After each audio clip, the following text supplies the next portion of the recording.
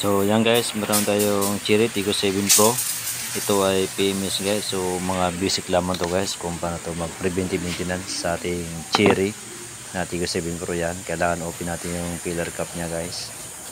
Ayan, so yan guys, maluwag na yan. So tinanggal ko na yan guys. So yan, ikot ko na lang, kamay na lang guys. So kita niyo guys, ang itim talaga yung engine oil. So ito ay preventive maintenance guys. So umabot po ito ko ng guys ng 10,000 na. So wala na itong ipalitan ng engine oil. Ayan guys, kita naman ninyo, okay na.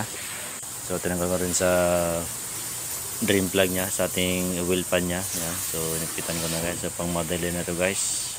Ayan, so basic lamang guys kung paano to mag change oil. So ito yung original nya guys sa ating Cherry na wheel filter. So kinabit natin guys. So kinamay lang guys, yan. So basic lang po yan guys. Ayan, hindi na tayo ginamitan ng tools guys. So ito naman sa wheel pan nya guys. So gamitan natin ng socket ng 30mm. Ayan guys, so inipitan ko na guys. So matamo lang yan guys. So okay na. Ito yung engine oil nya guys. Yung quartz total na 5W30 na full synthetic guys. So yan, okay na yan guys. So dito naman tayo. Ayan, so mag-reset na tayo guys kung paano mag-reset. May manual ito guys dito sa ating control niya sa ating steering. Ayan, so yan, long press natin 5 seconds. Ayan muna ng 10,000. Ayan guys, so 6 months na yan guys.